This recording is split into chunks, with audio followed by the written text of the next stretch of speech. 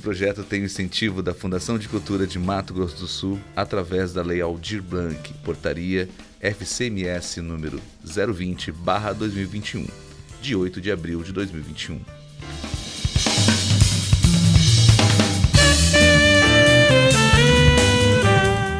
Eu sou Leandro Benites.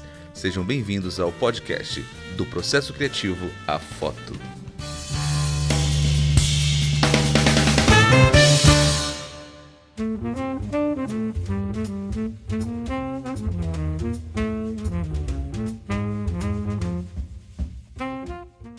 Olá a todos. Na primeira parte nós falamos bastante sobre um pouquinho do que é o processo criativo para mim, da forma com qual a arte influenciou e influencia na minha vida e ajuda na criação da minha arte. Só que assim, também é importante dizer que nesse bate-papo nosso aqui, a gente também tem que trazer outras experiências, né? Porque vocês, assim, olhar somente com uma ótica, eu não acho salutar. Então eu trouxe aqui um grande brother meu, cara, parceiro de vida, com o qual a gente tem trabalhos já feitos já há muito tempo. Na verdade, até confesso que foi minha inspiração para entrar no mundo da fotografia e produção, que é o meu amigo Cid Nogueira. Cid Nogueira, ele trabalha com produção audiovisual há muito tempo, trabalha com fotografia e também dirige, além de dirigir várias campanhas publicitárias, e dirigir podcast, dirigir um monte de coisa. Queria agradecer sua presença aqui e pedir um alô aí. Como que tá, Cid Nogueira? E aí, Leandro Benites? Cara, é um prazerzão, tô feliz demais de estar com você aqui nesse programa, pra gente discutir um tema que é tão interessante. Bom, primeiramente, eu quero bater uma claquete aqui, Leandro, e quero agradecer todo esse seu projeto que você está idealizando, um projeto muito inteligente, é um projeto que estava faltando mesmo, eu acho que no seu trabalho, como você vem desenvolvendo.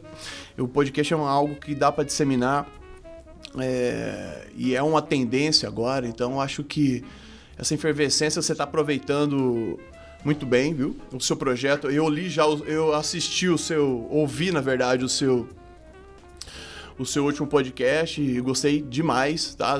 De toda a sua trajetória, tá? Uma trajetória incrível, de superação, tem muita coisa, artista é assim mesmo. Mas antes de tudo, eu quero agradecer a Fundação de Cultura, o Cegonha, eu quero agradecer a Meli, quero agradecer o Cassiano, que todos estão empenhados aí, a Lidiane, todo mundo empenhado aí em A Groli, importante falar da Groli. A Groli, isso, logicamente. Empenhado em fazer todo esse processo burocrático, né? Estão analisando todos os projetos, enfim. É interessante você tocar nesse assunto, porque assim, essa abertura que eles deram para que... Porque assim, o artista, né, Cid, ele sabe produzir, né? Isso é um dos problemas também que existe na questão do incentivo público, né? Que é essa profissionalização até na questão de organização de projeto, coisas que muitos artistas não conseguem, né? E se não tivesse essas pessoas ali no poder público, né, cara, que auxiliam, que tiram o seu tempo até em casa, tá mais com essa pandemia toda, em casa lá, te atende, te manda áudio, olha, isso aqui não tá certo, o seu projeto não tá bom, assim, é um auxílio que eles dão que é fundamental para que os artistas consigam, além de produzir as suas obras de artes, também conseguir estar, né, cara, nesse processo público que ajuda, né, cara, ainda mais num momento como esse. Não, concordo com você, totalmente. Essa equipe toda tem tido uma paciência, porque eu acho que é um processo difícil para o artista mesmo. Essa parte burocrática não é uma parte que é tão fácil de ser resolvida, são detalhes ali que às vezes complicam, que barram um projeto, e a equipe toda, tá, da Fundação de Cultura, tá de parabéns mesmo. Eles têm dedicado muita energia, dedicado muito tempo a isso, e o negócio está desenrolando e está sendo entregue. Ótimo.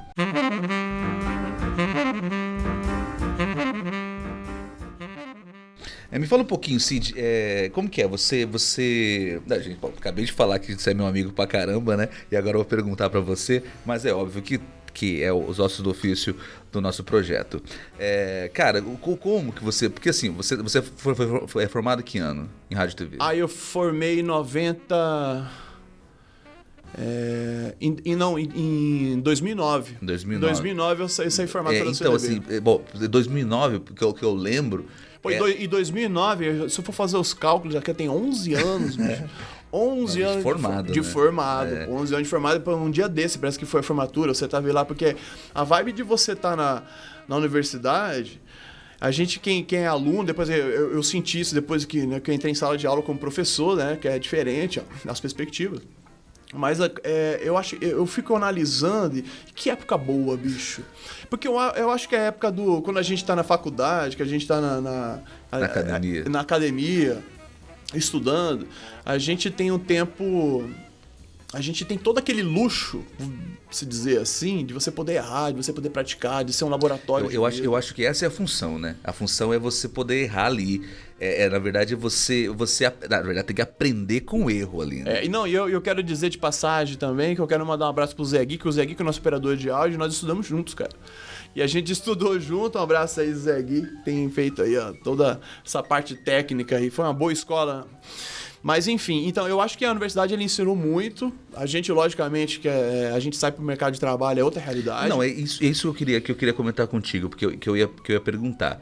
Cara, você vê, 2008, cara, assim, a gente quanto tempo temos quase a mesma idade, assim, era um outro mundo, né? Então, assim, como que era você estudar sobre rádio e TV no momento onde, se você parar a pensar, as redes sociais nem existiam, né? Era um processo basicamente... era um processo de aprendizado basicamente para você criar produtos em escala, né? Produtos em escalas para tanto em redes de comunicação como TV, como rádio. Como que era esse mundo para você, esse mundo antes das redes sociais? E como que é ser formado nesse mundo, né? As redes sociais, lógico que elas vieram com força depois, mas mesmo assim, em 2009, já tinha alguma coisa. Tinha o Orkut, já tinha alguma coisa... tinha o YouTube, que já tava produzindo. Mas não era uma plataforma que já tinha essa visão, né? Ela ainda era... Não, era embrionário. Era um campo neutro. Claro, né? E principalmente no Brasil ainda, nesse mercado. Com certeza você tem toda certeza nisso.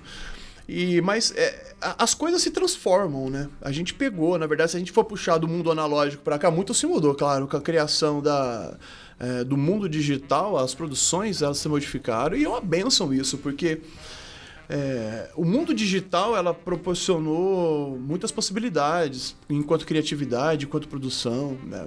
Quem conseguiu, eu ainda peguei os resquícios do mundo analógico, fotografei ainda com filme. Eu só não cheguei a filmar com filme, mas eu fotografei muito, eu lembro, aquele processo. Você vai lá, você pega tinha as loves, né, que era descartáveis, mas quando não tinha love, você comprava o filme, tinha que colocar o filme, você tinha que desenrolar o cara. Era um outro mundo, né? Era um outro mundo. O processo da digitalização...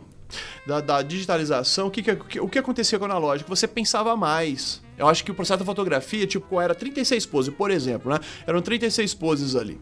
Tinha máquinas que dobravam, iam para 72, aquelas Olímpia. Eu lembro muito, eu tinha uma prima que tinha uma, às vezes eu utilizava. Mas era um tiro no escuro. Era né? aqueles 36 poses. Você não dava pra sair punhetando aí a máquina, fazendo fotografia como a gente faz hoje. A gente vai fazer um evento, fizemos eventos juntos. Você sabe que para um evento pra gente tirar 3, 4, 5 fotografias, a gente tira 2.000 fotografias, você seleciona o mínimo ali. Olha só, que praticidade. Sem falar sem falar também no processo de pós-produção, né? Que o mundo digital proporcionou também, que isso também é indiscutível e veio para revolucionar. Mas vamos lá. Então você tinha que pensar mais a cena. Você tinha que pensar em enquadramento. Por mais que as máquinas fossem automáticas, você ainda pensava, né? Vou fazer uma fotografia disso, daquilo, tal, porque só tem 36 poses. E houve o caso também, eu acho que o caso mais... assim, mais rápido. Às vezes você batia o 36, eu sempre fui muito ansioso, né, bicho? Muito ansioso. Às vezes eu tirava assim no evento, hiperativo, e aí eu batia as 36, eu fazia essa fotografia e faltava 2, 4, 5 fotos, aí você saía fazendo foto pra entregar logo pro cara revelar que você precisava daquelas fotos e tal. A curiosidade, né, cara? Era um outro processo de espera, né? É orgânico, totalmente orgânico, né? Você colocava lá, você revelava, e aí você escolhia. E quando não queimava tudo, né? Porque às vezes vezes você fazer a fotografia e sair tudo queimado, não dá pra salvar nenhuma. Eu te confesso que mesmo sendo fotógrafo hoje, se eu pegar uma máquina analógica, né, de filme, eu não sei, eu corro risco de queimar tudo. Não, e essa facilidade, eu lembro quando a minha filha, Manuela, ela pegou uma máquina analógica que eu tenho, a primeira, e é novinha, cara, com 3 anos, lá, com 2, a primeira reação que ela teve era olhar assim o fundo da máquina, né? Porque ali aparece a imagem. Você faz a fotografia, ela aparece ali para você dar uma conferida, tá? Olha que bacana. Você faz a foto e confere em tempo real. E minha filha, ela pegou, olha só como é que essa geração que já nasce com esse chip, as gerações, eu acho que elas tendem já a absorver o tempo dela, né? Mas eu tenho uma história parecida com essa, com o meu filho mais novo, Caio, quando nasceu. Eu lembro que a gente levou para ele, minha ex-mulher e eu levamos aqueles encartes da ReHap, sabe? Aqueles encartes de loja de brinquedos, e tinha um brinquedo que ele queria ver mais de perto. E aí eu vi ele lá sentadinho no chão com o seu 1 ano e meio, dando zoom, tentando puxar com os 2 dedos para ver melhor o encarte, entendeu? Porque ele já tinha noção. Já tem, que do tem a seu noção tempo. do zoom, né? E assim vai. Eu acho que esse mundo analógico facilitou muito a vida enquanto produção e as possibilidades, sabe? Muito, demais. Uma coisa que eu acho incrível na fotografia, que é uma arte que mesmo com tudo isso ela continua sendo muito ativa, é porque a técnica de uma boa foto que você aprendeu na faculdade, numa época que as redes sociais nem eram tão vigentes, tão fortes, a técnica continua a mesma, né? A luz, você continua ainda com a bela luz, você vai tirar uma foto boa lá, quanto digital, como com uma full frame, como uma cropada, como qualquer coisa. Na verdade, se você puxa a história da fotografia, o que a gente usa hoje é o mesmo princípio desde a descoberta, né? É o mesmo princípio. É uma câmera obscura ali, que entra a luz, que reage e tal. No caso agora da digitais, são um sensor, que dependendo dos diferentes sensores, você tem resultados, né, mais profissionais ou mais amadores, ou diferentemente. Mas o processo é o mesmo. E o estudo da luz, eu acho que dentro da fotografia, eu costumo dizer o seguinte, eu trabalho, já venho estudando fotografia, eu sou um estudioso da fotografia, eu não sou um profissional da fotografia que precisa e dependo, apesar de fazer bastante trabalhos, inclusive para Secretaria de Educação, trabalhar durante muito tempo atendendo a secretária e toda a pasta com imagens e produtos audiovisuais também. A gente pode comentar isso mais para frente. Mas eu acho que se você entendendo a luz dentro da fotografia, você consegue entender muita coisa. Porque a técnica, ela não é tão simples assim. Mas ela tem um princípio ali que depois, se você formata ela na cabeça, você vai reconfigurando ela para dependendo do tipo de luz. Tá? Mas tudo envolve a luz. Eu desenvolvi eu como estudioso da luz, gosto bastante de... Tem um livro que eu li do Edgar Moura, que chama 50 anos de luz, câmara, ação. Ele fala sobre a fotografia, um dos primeiros livros que fala sobre direção de fotografia, que ele já dirigiu vários, e ele falando disso, ele compara muito a luz da lua e a luz do sol. Ele usa esses 2 astros aí para falar da luz, para a gente entender a luz, né? Como que o contra se comporta, como se você desliga aquele key-light, que é a luz principal, e como que você tira aquelas sombras duras, você pensar a fotografia. É muito complicado. É muito, não é Mas fácil. Você trabalhar, acho que a parte mais difícil da fotografia como um todo, desse universo todo, é você entender a luz. Porque se você entende a parte mecânica ela vai ser, na verdade, utilizada em função da luz. De como ela se comporta, de como ela se apresenta pra você ali. E aí o universo da fotografia, se você tirar eu acho que o universo mais controlado que você tem é quando você joga no estúdio fotografia de produtos. Eu já fiz. Então, é isso que eu ia falar com você. Você também tem um histórico de produtos, assim, né? Porque eu já fiz fotografia de produto e achei muito difícil. Porque pra você tirar uma textura, não é só foco, né? Tem que ter algo a mais ali, tem uma profundidade na fotografia de produto que é interessante. Eu queria falar um pouquinho dessa experiência sua. Olha, esse contato que eu tive com fotografia de produto, na verdade, ela começou quando eu entrei em sala de aula. Eu não tinha pretensão nenhuma de de ser fotógrafo, viver disso. Mas eu sempre gostei de estudar fotografia e em sala de aula me realizei, porque lá eu consegui passar os meus conhecimentos, a gente trocava ideia, porque em sala de aula a gente só não passa conhecimento. Na minha concepção de professor, eu acho que o professor ele é um mediador ali. Os alunos têm muito que nos ensinar também. Então eu aprendo muito com meus alunos. Mas a aula de fotografia, as minhas, então elas foram muito densas, porque eu dediquei muito tempo para estudar fotografia e dentro de sala de aula eu consegui fazer vários laboratórios e muita coisa que deu certo. E a fotografia de produto é uma delas. Que daí eu levava para os alunos a proposta e aí começou com um dia eu falei, vamos fazer uma caixa de luz, aquela caixa box de fotografia de fundo infinito e vamos fazer algumas experiências. A minha primeira máquina fotográfica... Para explicar, essa caixa box é aquela caixa ou é branca total, de fundo ou é infinito, preta total. Com 3 pontos de luz, bem difuso. Isso chama caixa box e geralmente... Onde o fundo não pode ser de forma alguma...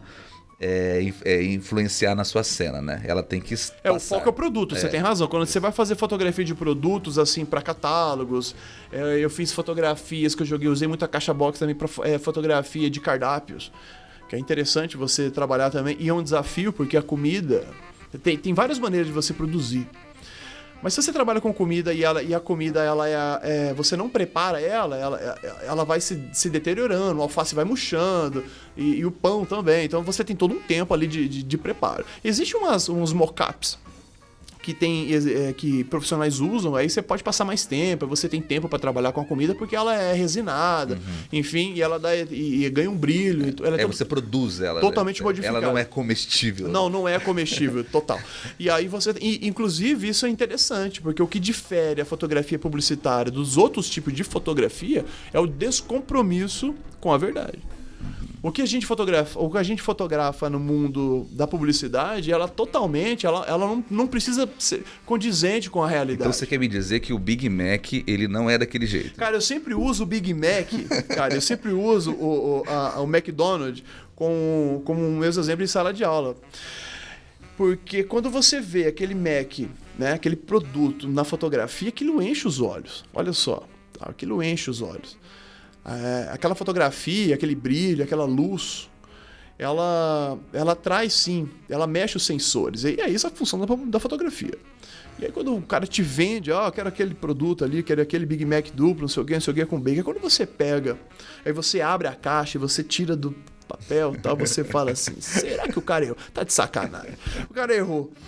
Mas bicho, nunca é a mesma coisa, então a fotografia publicitária ela não tem compromisso. Mas voltando lá sobre a sala de aula, então o CPF, o Centro de Educação Profissional Ezequiel Ferreira Lima, tinha um curso na época de artes visuais, e essas artes visuais tinham aulas de fotografia, que foram aulas muito criativas, foi um terreno muito fértil, Não, e formou muita gente fera. Formou muita gente fera. E muita gente que não mexia com fotografia, nunca tinha contato, gurizada mesmo de periferia que tava lá, que hoje trabalha, bicho. Os caras se descobriram. Então isso é um prazer pra mim, sabe? Tá compartilhando isso. Hoje eu tô inclusive, eu quero até mandar um abraço pro André Ribas. O André Ribas foi um aluno meu no CPF, foi um excelente aluno, inclusive. Baterista, músico também. E hoje ele tem uma agência de publicidade chamada Papo de Marketing. Olha que legal. Os caras trabalham... E é um guri muito criativo, muito ativo, e a gente sempre se deu bem. E agora, olha só como é que a conexão de professor-aluno. E aí eu tô agora numa curadoria de Snap Videos, num projeto de Bonito, e aí precisamos de e foi jogado em pauta lá que precisava de uma agência. Eu falei, a gente precisa, para todo esse movimento, a gente precisa de uma agência, precisa de gente movimentando, rede social e tudo mais, né? Porque eu falei, lembrei do André, liguei pro André na hora. Eu falei, André, topa, vou te passar o contato. E aí fez... É o network. E ele tá trabalhando comigo hoje. A gente tá fazendo, e o guri tá desenvolvendo um trabalho magnífico, tá sendo muito responsável. Mas eu acho, só um adendo sobre sua fala, eu acho que isso que é o mais legal da fotografia, né? Ela é muito democrática, assim. E com o tempo que a gente vai entendendo que ali você não tem nem ele não é só um pupilo seu, ou apenas... É engraçado como que o conhecimento ele vai tomando uma forma, né? E vai fazendo com que logo aquele cara já vire seu parceiro. E você percebe que o cara começa a ir por linhas, ir por caminhos que você nunca trilhou. Então você percebe que o aluno, quando você tem esse contato, ele bebe da sua fonte, ele aprende com você, mas ele aprende uma coisa que é importantíssima na arte, que é criar o seu próprio caminho. Né? E aí você vê, é orgulhoso demais. É demais. E você nota naquele universo de gente lá, eu fui professor substituto no curso de artes da UFMS, fui coordenador do curso de comunicação visual do CPF. Depois eu assumi a parte de audiovisual da Secretaria de Educação, que foi uma outra experiência, a gente conta isso em outro podcast. Mas eu acho que essa experiência em sala de aula me trouxe muitos benefícios, inclusive testar, né? E aí quando eu descobri que essa caixa funcionava, como funcionava a luz, porque quando você trabalha com ela, a única referência o único objeto que você precisa ressaltar é o produto, né? Eu não tenho fundo nenhum, geralmente é para recortar. E aí eu pude trabalhar com os produtos da Herbalife, que na época tinha uma agência que estava precisando de produtos, o Alex, inclusive, o Alex Freitas, ele me chamou, falou, olha, eu preciso de produtos da Herbalife, não sei o que eu preciso produzir, né, um material visual para esses caras. Aí foi o primeiro contato que eu tive, levei e fizemos bastante teste, foi muito legal, falei, os resultados foi ótimo. Depois eu comecei, poxa, legal, acho que de repente dá para ganhar uma boa grana com isso. Eu comecei a fazer alguns cardápios para alguns restaurantes, comecei a fazer alguns ensaios de moda também, que foi bastante interessante, para algumas lojas pequenas, mas foram ensaios que eu consegui extrair e estudar, e quando você sai do produto e você trabalha, por exemplo, com a moda, que você precisa trabalhar com gente, direção de cena e tal, foi um outro rolê. Foi um outro aprendizado, foi muito interessante mesmo. Eu acho que, bom, a gente vem acompanhando, a nossa trajetória, ela vem crescendo, ela vem se cruzando em vários momentos, né, Leandro? E a gente vê agora, o último trabalho que a gente estava fazendo é fotografias de eventos, que é uma outra pegada. Em outra época, né? Porque evento não tá tendo, né? Em outra época também, porque evento agora em momentos de distanciamento é complicado. A gente vai conversar também sobre isso num outro podcast, sobre essa questão da pandemia e também tudo que influencia, né, na produção fotográfica com todo esse problema que está tendo. Mas eu queria voltar para você, perguntar para você aqui, que além dessa sua experiência com o campo universitário e tudo mais, você também tem experiência com videoclipes e tudo mais, né? E produção de audiovisual também é muito seu forte, né? Me fala um pouquinho desse trabalho, como que é e tudo mais. Então, eu acho que é assim. Aí eu quero voltar um pouco na época da universidade, que a gente está estudando, porque eu acho que é uma época muito importante. Eu entrei na universidade, o Leandro, um pouco mais velho, né? Como acho que você sabe, eu fiz 20 e poucos anos, eu fui para a Europa, né, em vez de estudar, que era o caminho, sair do ensino médio, em vez de seguir, fui para o quartel. Foi passar fome em outro lugar. Fui para o quartel, e aí do quartel saí, servi o exército, aquela época obrigatória, e depois eu fui para Espanha, morei lá quase 3 anos, e aí quando eu voltei numa gana de estudar, fui muito influenciado pela Europa, enfim, isso é um outro, dá até um podcast separado, mas enfim. E aí eu fiz a minha universidade, o meu curso de graduação, eu fiz ele um pouco mais velho, e isso me trouxe bastante benefício. Um deles foi levar mais a sério, né? Porque quando a gente sai do ensino médio, a gente sai a gente sai imaturo ainda, a gente precisa de amadurecer muitas ideias, e isso é natural da vida. Saber o que é um pouco da vida. E aí eu fiz. O que eu quero dizer com isso? Porque quando eu estava na universidade, nós montamos um grupo de estudo, inclusive a Adriana Riquetti, ela já tinha contato com o cinema, e ela que montou todo esse encontro, vamos dizer assim, e aí o grupo que nós montamos chamava-se Curtas que Pariu. Era um grupo que a gente sentava para discutir curtas-metragens e fazer cinema, falar de cinema. Isso em 2003 para 2004. A gente falar de cinema. Logo no primeiro semestre a gente já montou esse grupo, já começou, e dentro desse grupo, dentro desse projeto que chamava Curtas que Pariu, nós realizamos vários trabalhos, 2 médias-metragens, e aí produzimos... a gente tinha uma ideia de produzir uma série, mas logicamente era sem grana e tal. Mas a gente tinha instituição, e aí o Labicon também quero mandar um abraço para... Era o reitor Marinoni na época ainda. Marinoni. E o Marinoni... Ele tá em Brasília agora, eu acho. Mora em Brasília. E o CDB, bicho, montou aquele Labicon na época, lá, moderníssimo, sabe? E aquilo eu tirei muito proveito do Labicon. Aquilo era aqui em Campo Grande, na verdade... É Menoni, não é? Marinoni. Marinoni, Tá bom. E aí a gente aproveitei muito aquele espaço. E aí eu tive... vários prêmios, eu ganhei vários prêmios dentro da universidade, ou seja, eu levei muito a sério. Um deles foi o FUA. O FUA eu levei uns 3, 4 prêmios. Olha que legal. Que a gente que era o Festival Universitário do Audiovisual, produzido pela Fundação de Cultura também. E é um festival importantíssimo. Importantíssimo, né, eu acho. Revelou muita gente. Nossa, revelou muita gente boa e eu incentivo para os universitários estarem produzindo. Mas eu acho que essa é a grande... A gente vai voltar no seu ponto, mas essa é a grande vantagem que eu acredito que são esses projetos do poder público, tá ligado? Assim, E faz uma diferença na vida. Faz. E não tô falando de dinheiro, porque o dinheiro era pouco, mas pra gente já era legal. Reconhecimento. O reconhecimento, é isso aí, é muito isso. E te incentiva a produzir mais. Você acha bom aquilo, é gostoso e é criativo. E quando você tá na universidade... Você se esforça para produzir com aquele objetivo de que vai ser visto também, né? Porque, assim, um dos grandes problemas que existe do audiovisual é saber aonde. Hoje nós temos o YouTube, mas também a gente sabe que o YouTube não é uma coisa, clicou lá e vai ter milhões, né? É essa ilusão que os jovens pensam, né? É toda uma rede de que você tem que fazer para que possa ser visto, né? Então, assim, mesmo que você tenha hoje um lugar onde você possa mostrar o seu produto, não necessariamente ele vai ser visto, né? E esses festivais, você sabe que ele vai ser julgado, vai ser visto, vai chegar ao público, né? E aí você tem todo esse processo profissional, né? Que os caras analisam, tal, tem uma curadoria, tem todo um processo. E aí quando você... Aí eles montam todo um evento para entrega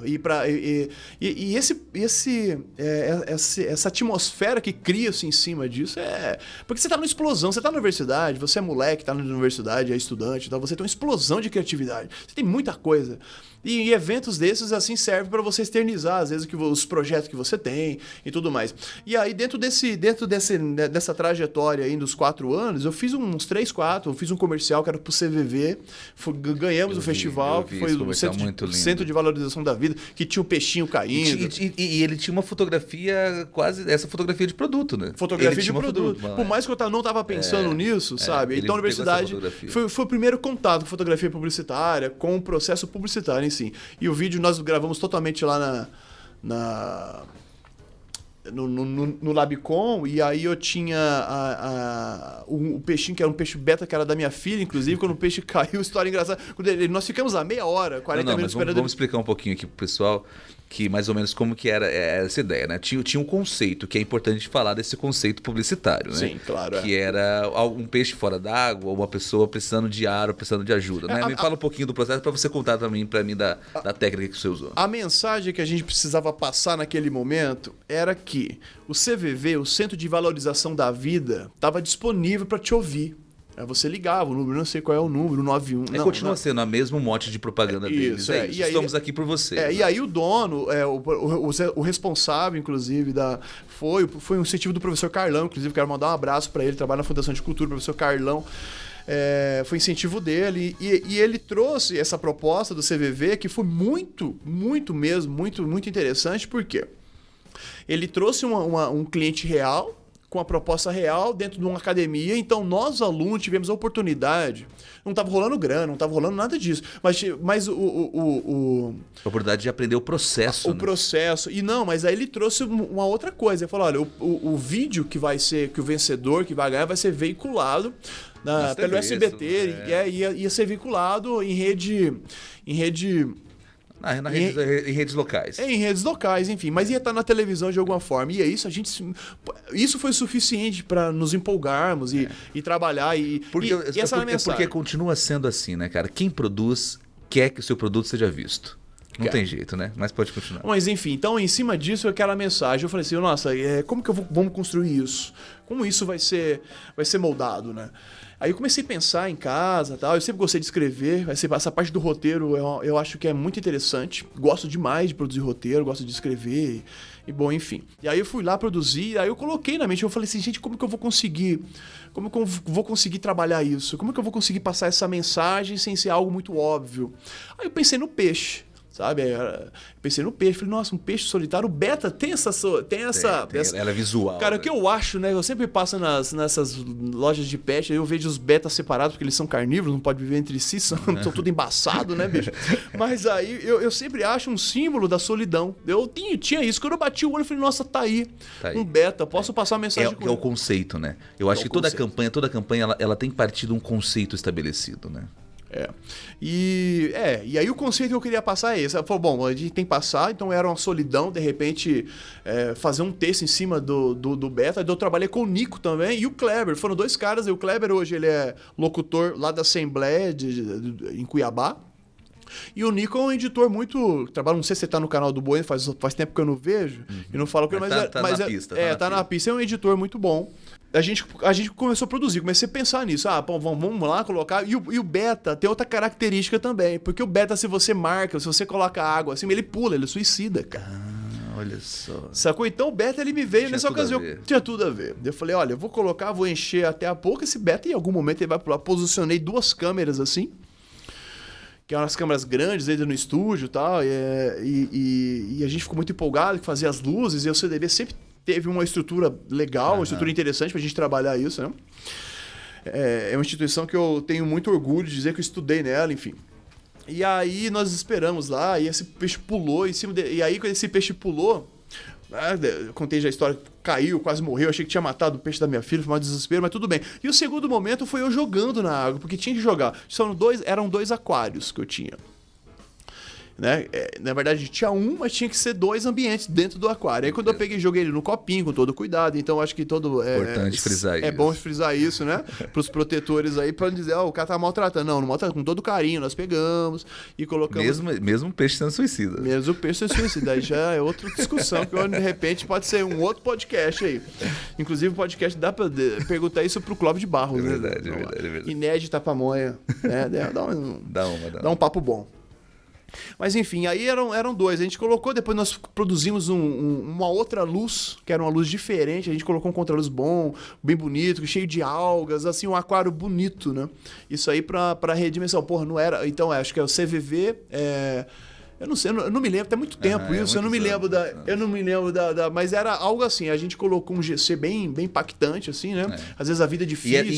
E eu lembro que era subentendido, né? Porque não tinha frases dizendo, né? Era texto e a cena. Isso, a texto e a cena. Então, isso é muito legal porque você não está subestimando também a pessoa que está assistindo, né? Mas isso que é legal da arte, você criar um conceito onde a pessoa que está, o seu público... Ele perceba que você não tá tratando ele como... Um idiota. Como idiota. É lógico. Mas, dos desafios que você tem na campanha publicitária é o tempo, né, cara? Tá relacionado ao tempo. Hoje, com o meio digital, ele já consegue te dar um tempo maior para você trabalhar uma narrativa ali, com começo, meio e fim, talvez, entendeu? Mas, geralmente, as campanhas publicitárias para televisão... Tradicionalmente, elas duram 30 segundos. 30 segundos com assinatura. Então, você tem menos de 30 segundos para você passar uma mensagem. Entendeu?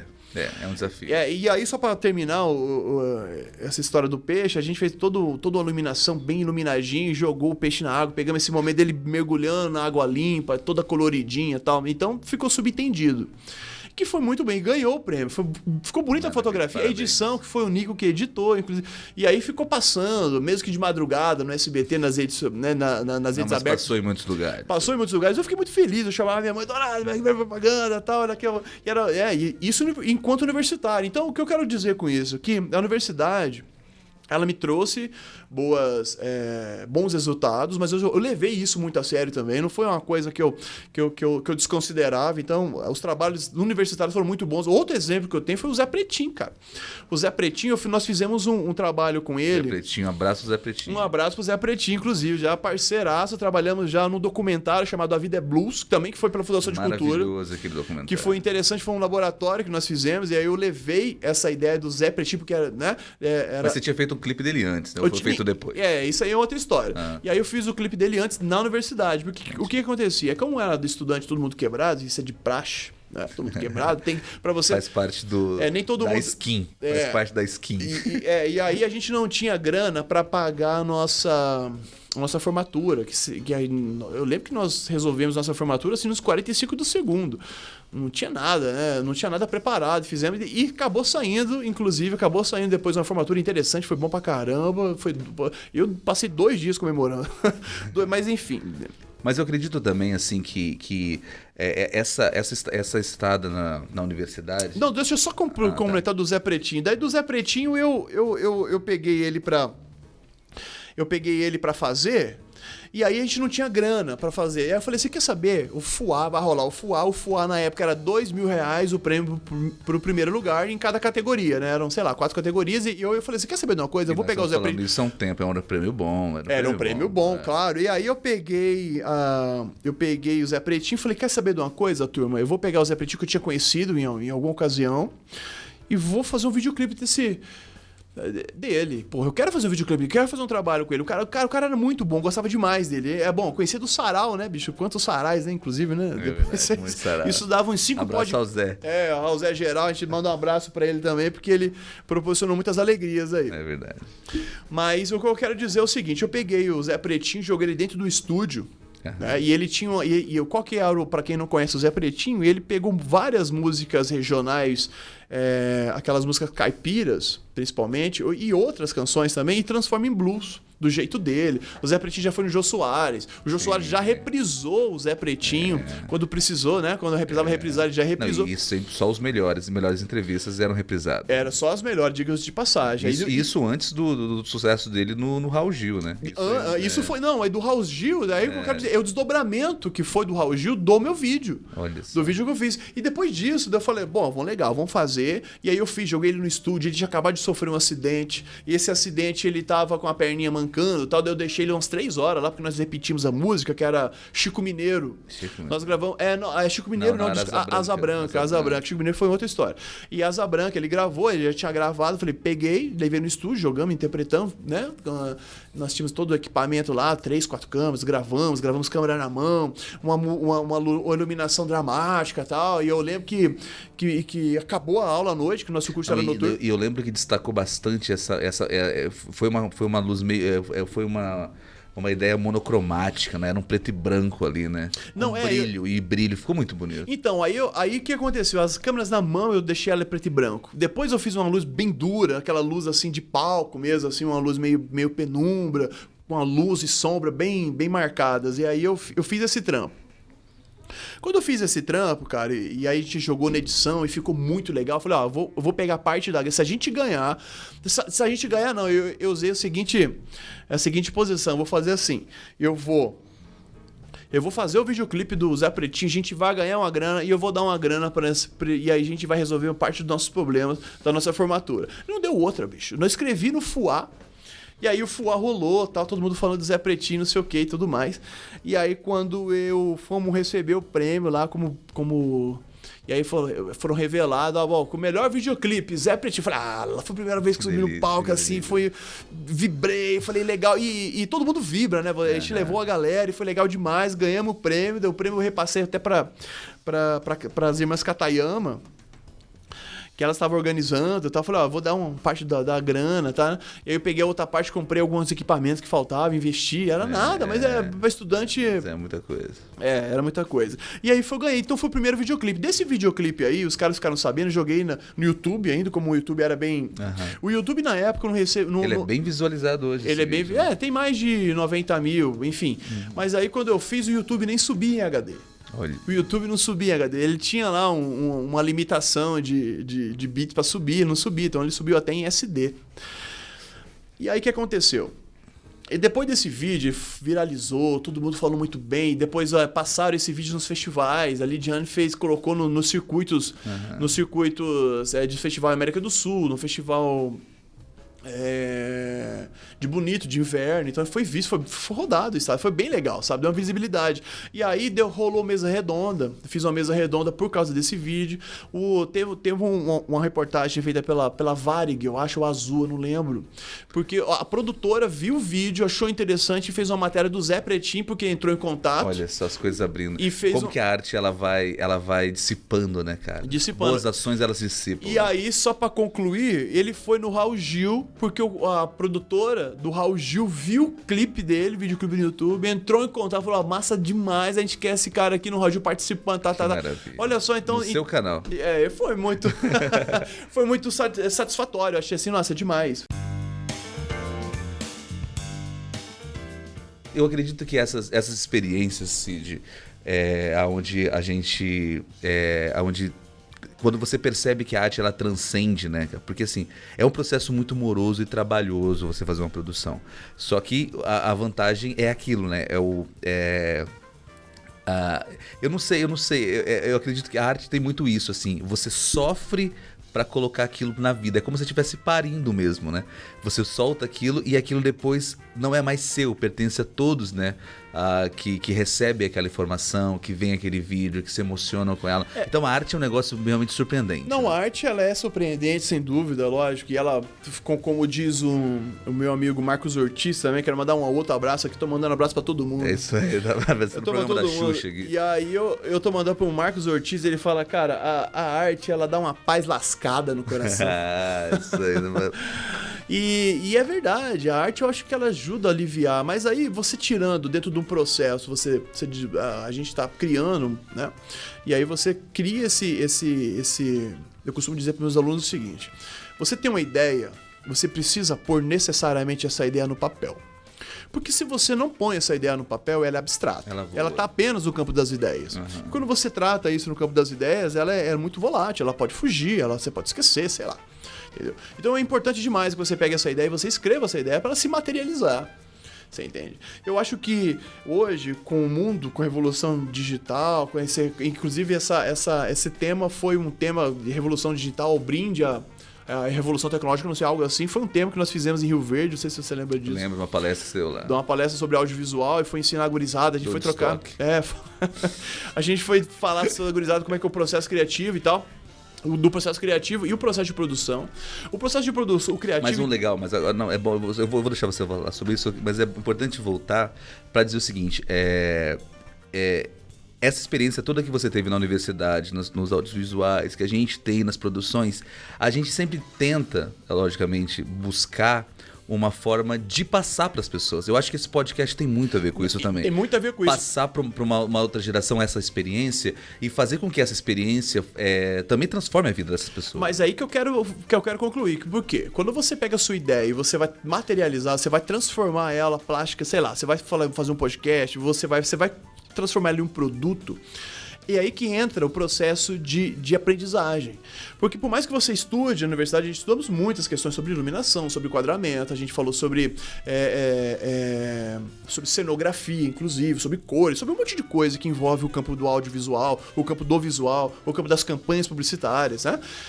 A gente estudou muitas questões técnicas a respeito disso. Quando você estuda, você tenta aplicar o que você aprendeu. E muita coisa dá certo, só que a realidade é muito diferente do campo das ideias, do campo da teoria.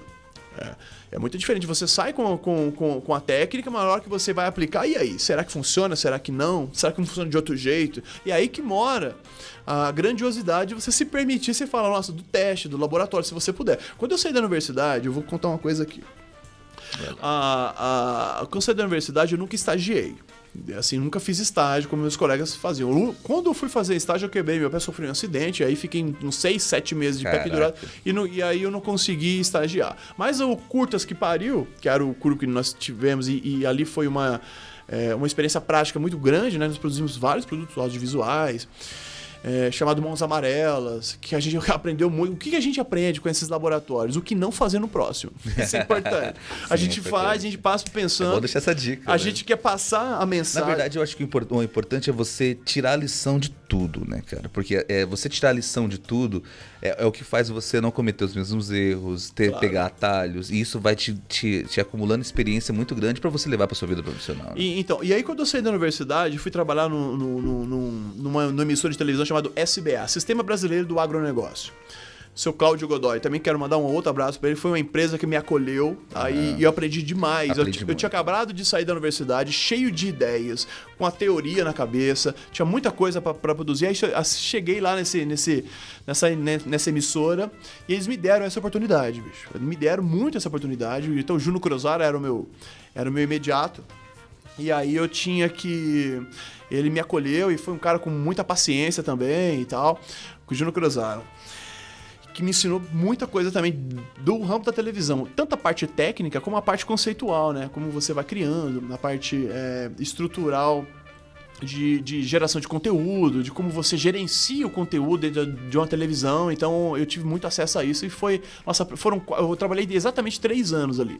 E foi muito, muito, muito um aprendizado assim, intenso mesmo. Então muita coisa que eu trouxe... Então compensou você não ter estagiado, compensou com esse... Não, e aí o que acontece foi o seguinte, como eu não tinha estagiado, não tinha experiência, nunca tinha entrado numa televisão de fato para trabalhar, né? E aí quando eu fui contratado, eu não tinha o que apresentar, mas eu tava lá com a criatividade do jeito que eu era, né? E me contrataram. Me contrataram para trabalhar como, na época, eu me lembro que era coordenador da coordenação de programação, algo assim. Entendi.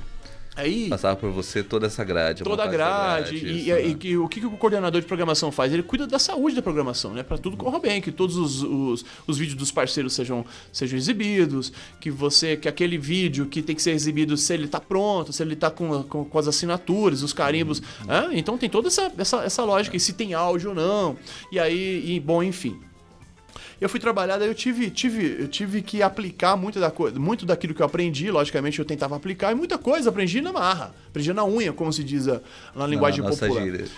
A gente aprendia na unha, porque a gente chegava lá, aquele programa de televisão, e na época o seu Cláudio construiu lá, eram 5 ou 6 estúdios, era para ser 5 ou 6 estúdios, na época estavam pronto 4.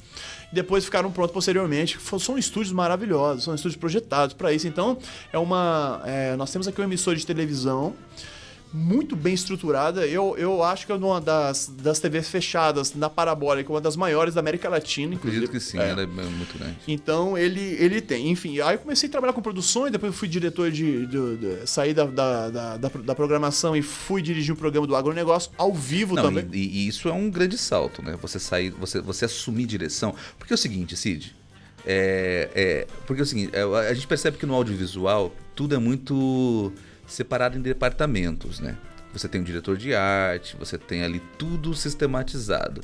E muitas vezes, por exemplo, vou dar um exemplo aqui, muitas vezes você acaba querendo um estúdio simples, né? Simples. E aí você tem um responsável ali, que é o da direção de cenário, que ele é o trabalho dele. Né? Então ele vai colocar ali a sua visão. Porque assim, o audiovisual tem isso, departamentos cuidando de cada um. Isso é importante para o audiovisual. E o risco que existe de perder o tom é muito grande, porque você tem esse departamento se não tiver uma grande direção. Então assumir direção, que é essa direção onde você consiga dialogar com todos esses profissionais e criar um produto, também é um super desafio. Por isso que eu queria abrir um pouco dessa parte para poder me explicar um pouco desse salto seu que foi para a direção, porque isso é uma responsabilidade que se pega, e trazer um bom produto também é muito difícil, né? Não, sem dúvida. Quando eu fui promovido, vamos dizer assim, saí da coordenação e daí comecei a assumir um dos principais jornais do Brasil, cara, sobre agronegócio, né? Sobre segmentado, que era o Jorge Zaidan, que apresentava na época, e a gente tinha uma equipe muito grande de, sei lá, eu acho que eram 6 jornalistas, e aí tinha e aí tinha equipe técnica, que era mais... tinha iluminador, a gente tinha da parte técnica da logística de engenharia, trabalhávamos com cinegrafistas, eram 4 cinegrafistas, e o programa chegou num determinado momento que faziam 4, 5 horas ao vivo. Nossa. Ao vivo, era a produção de... Então, inclusive o Rodrigo Nascimento, que hoje é o nosso Rodrigão, Rodrigão. ele trabalhou junto, ele fazia parte da redação também. Foi um período muito curto, vai mandar abraço pro Rodrigão. Eu vou ter que mandar um abraço pra ele também, pra aproveitar já. Já tô mandando abraço pra todo mundo, pra não dar ciúmes pra ninguém. Isso aí. Enfim, aí quando você assume, muito bem dito, eu assumi, eu fiquei um pouco, logicamente, você fica com frio na barriga, porque é uma responsabilidade que você assume, você sai de um setor, vai para o outro, mas eu fiquei muito feliz também, pela confiança que o seu Claudio me concedeu, o Júnior Cruzara também, você vai assumir agora a direção de programas, a direção de um programa, dos principais programas jornalísticos sobre agronegócio segmentado do Brasil, então, tá na sua mão, cara. E foi uma loucura, eu sempre gostei de deixar um ambiente mais energizado possível.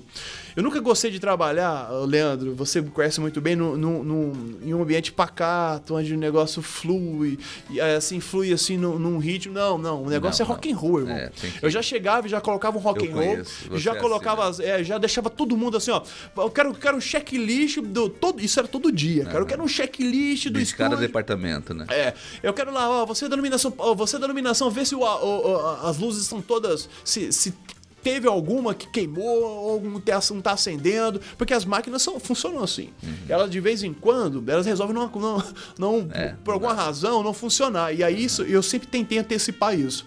E aí, colocava os estagiários para trabalhar, aí eu sentava antes com o departamento de jornalismo para decidir as pautas e quais eram as principais que precisavam entrar, quais eram os parceiros que eu precisava colocar ao vivo, os links, olha, era uma loucura, eram 8 caminhões rodando o Brasil de uplink. O que é isso? Os caras entravam ao vivo, e às vezes eu colocava no programa os 8, e era um na sequência do outro, então era uma loucura. Eu passei 2 anos, os meus últimos 2 anos foram dirigindo esse programa, depois ele diminuiu, ficou mais curto, mas mesmo assim foi um aprendizado muito grande, sabe?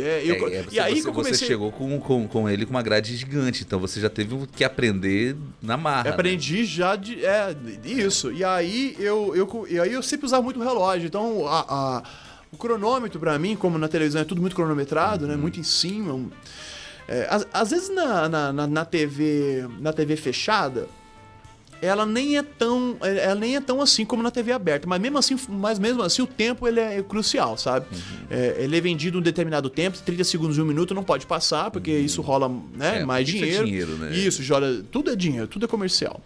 E aí... Isso é interessante depois pra gente entrar nesse assunto, pra gente poder falar um pouco dessa questão comercial, que acaba influenciando bastante no conceito artístico, né? Mas depois a gente fala sobre isso. Então, para concluir essa ideia da gente trabalhar em equipe, o audiovisual ele trabalha com equipe, bicho. Os audiovisuais que são profissionais, tem gente fazendo tudo, tem gente que edita bem e filma bem, cara. Eu conheço gente assim. Mas não é saudável, né? Não, eu acho que não é saudável. Não, eu acho que edita bem, mas um trampo profissional mesmo que vocês, sei lá, você pode olhar qualquer trabalho profissional que exista, aí é um trabalho coletivo, é um trabalho em equipe. É um trabalho que só, essa pessoa é só o editor, ele só mexe com isso, ele tem todos os atalhos, o cara tem, sabe, um conhecimento muito maior sobre aquele departamento que, cara, vai aplicar um talento maior, o cara vai aplicar uma atenção maior, né? Inevitavelmente.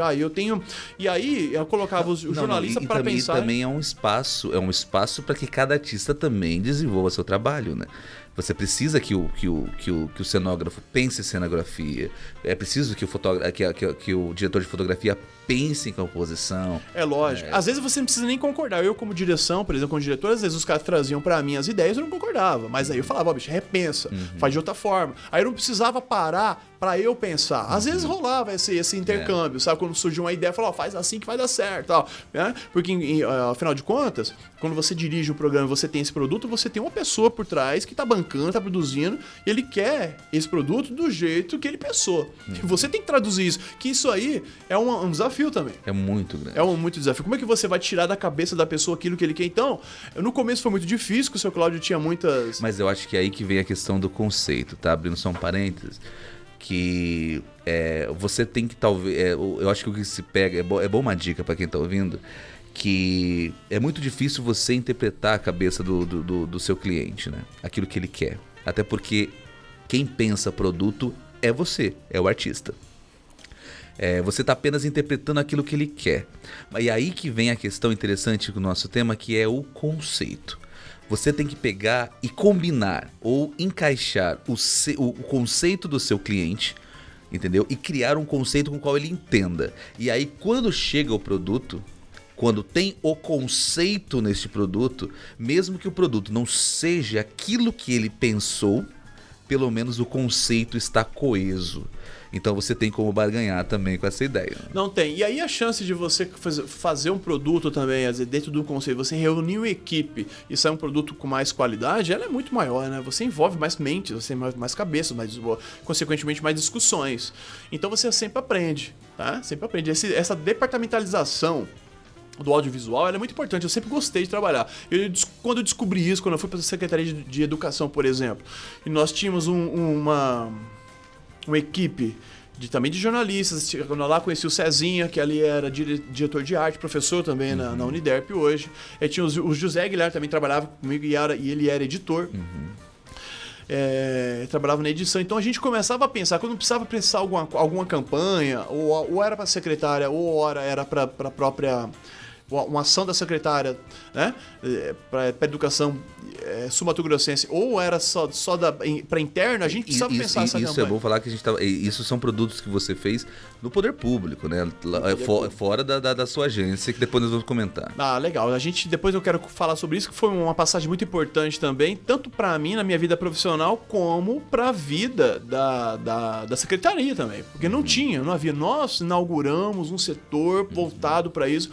A página que nós temos, que na época nós inauguramos, nós fizemos, era uma página do audiovisual no YouTube, um canal, na verdade. Não tinha nada, nós começamos do zero, né?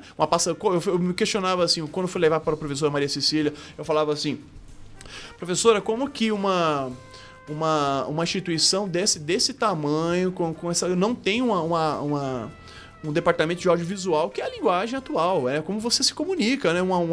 Alguém pensando nisso. E ela comprou a ideia, que foi muito interessante, ela me chamou para trabalhar, e aí eu saí da época que eu tava no... Hoje já tá com mais de 12 mil inscritos. Com mais de 12 mil inscritos, olha só.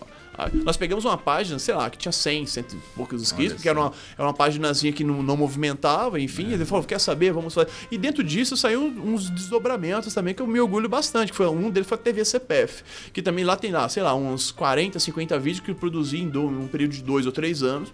Ou seja, nós implantamos aqui nesse período, né? Não sei se dá para entrar agora, mas nós implantamos nesse período aqui, nós implantamos o ensino à distância, né, que estava embrionário ainda. E que é fundamental agora para essa época. Que é fundamentalíssimo. Como não tem jeito de você hoje pensar em educação sem você, né? Ainda mais em tempos aqui, e isso vai dar um outro podcast. É isso. E nós criamos uma sala para a Secretaria de Educação, então, quer dizer, nós produzimos vídeos e materializamos, fizemos produtos ali que vai ficar guardado.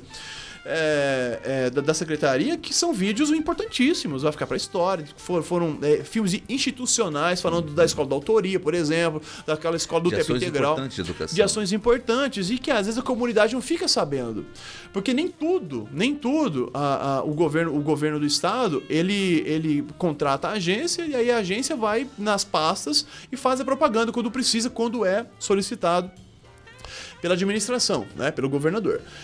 Fora isso, não tem nenhuma outra ação publicitária. E aí que entrou o papel fundamental do setor de audiovisual dentro da Secretaria de Educação. E é um poder, e assim, é importante dizer, Cid, até vou entrar um pouco desse assunto, porque eu também trabalho em órgãos públicos, e é um poder, é uma força de convencimento, né? Você tem que convencer as pessoas. Me fala um pouquinho, eu quero saber um pouco dessa experiência sua, de convencer as pessoas que uma ação como essa é importante. Porque assim, muitas vezes essas ações elas ficam presas em grandes agências que determinam produtos publicitários para as ações, né, governamentais.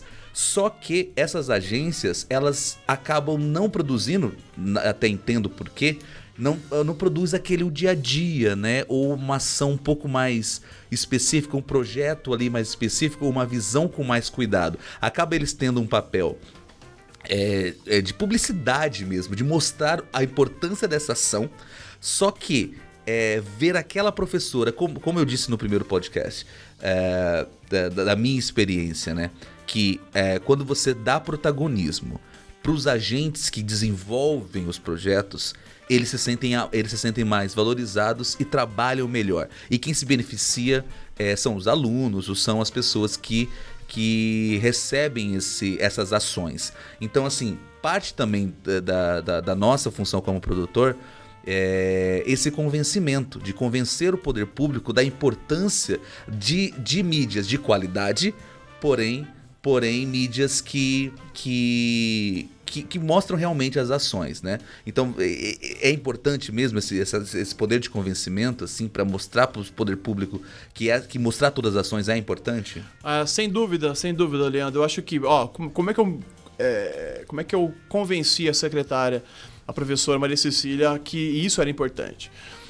Como eles não tinham nada de produzido, não tinha nem fotógrafo oficial, tinha o Jurandir, que é um grande amigo que eu fiz também lá, ele é professor de história, aí ele mesmo com a máquina dele, assessora do jeito dele, né? Ele fazia, então até então... O melhor do possível. O melhor do possível. Até então era ele que trabalhava com isso. Depois, eu não sei o que a professora, eu não me lembro qual era o primeiro trabalho. A professora Maria Cecília precisa fazer alguma coisa.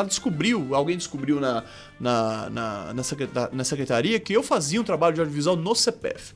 E eles me chamaram, porque era um programa importante, a professora precisava aparecer, e aí não dava para pedir, não sei se não dava, ou tinha que pedir licitação. Tem um processo burocrático, ela resolveu me chamar. Que é até entendível, porque os processos públicos, eles são burocráticos mesmo por causa de leis de responsabilidade e tudo mais. E ela me chamou para isso. Aí cheguei, montei todo o equipamento, né? Daí a gente trocou uma ideia, professora, a gente precisa, né, de uma... a senhora precisa urgentemente de um departamento de audiovisual aqui na secretaria junto à senhora, né? Porque então, é muito importante. Eu trabalho com audiovisual hoje, a linguagem do momento. Então eu expliquei para ela todo esse momento. E aí eu fiz todo o produto para ela. Era todo feito como tinha que se fazer, né? Com iluminação, levei microfone e fez uma fotografia, trabalhei a fotografia, pensei, e aí cheguei, produzimos e mandamos pra ela. Na hora ela falou, não, bicho, pode vir trabalhar pra gente, é isso que a gente precisa. Porque o trabalho que a gente tava apresentando pra ela era mais ou menos muito parecido com grandes agências. A gente trabalhava para isso. A gente mostrei para ela por A mais B que é possível fazer com algo, e aí rolou. Falou, então vem trabalhar com a gente, vem produzir, e aí deslanchou. Foi algo muito proveitoso, e eu fiquei muito feliz porque é algo que estava dando voz em nível estadual, né, que é a secretaria. Então estava chegando em muita gente, um trabalho. Eu fiquei muito feliz, foram 7 anos muito felizes que eu trabalhei ali, sabe? Só tem experiências boas. E esse produto chegou no interior, né? Porque as pessoas... Funcionou. E neste período de hoje, onde nós temos uma pandemia que está perdurando aí, infelizmente acontecendo, todas essas ações foram e são importantes, estão sendo importantes nesse momento, mas é um assunto para um outro podcast. Cid, obrigado. Quero que você continue comigo depois para a gente poder ver isso, tá bom? Abraço, tchau.